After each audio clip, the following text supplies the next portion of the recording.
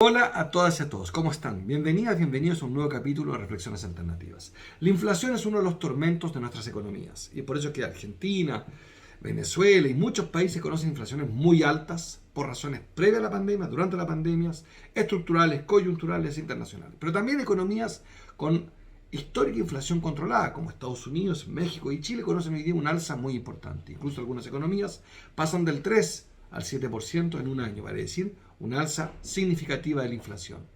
Lo cierto es que América Latina y el Caribe, ya lo hemos dicho, pagan los costos de la pandemia más alta que el resto de los continentes. En ese contexto es que Chile, una pequeña economía como México y Estados Unidos, además pagan los costos de los quiebres de la cadena de producción durante la pandemia y de un conjunto de estímulos fiscales para activar la demanda durante la pandemia. En algunos casos para salvar la pyme, otro para acompañar a la gran empresa, como lo hicieron, por ejemplo, la economía grande, a la más grande de Europa, Alemania, que subsidió a la pyme y también a la gran empresa durante la pandemia. Todos esos estímulos a la oferta, a la demanda, a la gran empresa, a la mediana empresa o al consumidor afectan la inflación.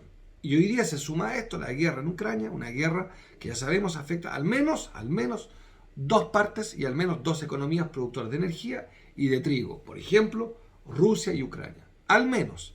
Eso ha significado entonces un alza enorme del precio de los combustibles que a su vez tiene consecuencias en otras materias, por ejemplo, la alimentación, pero también la reducción de la producción de la oferta en algunas materias primas alimenticias afecta entonces también la cadena de producción, el precio final. ¿Qué hacer entonces?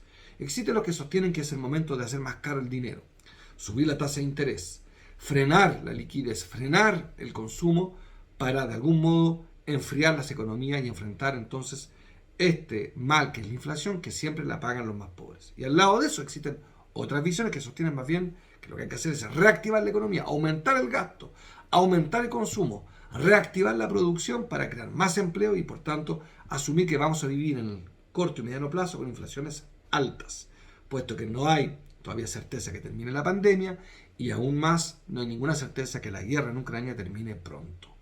Esos son los dilemas de la América Latina y del Caribe del 2022 y que probablemente nos acompañen incluso en 2023. Tasas de crecimiento mediocres y a la baja, acompañadas de inflación alta. ¿Qué hacer entonces? El desafío, y por eso en este capítulo quisimos poner los elementos sobre la mesa. Gracias y nos vemos en un próximo capítulo de Reflexiones Alternativas.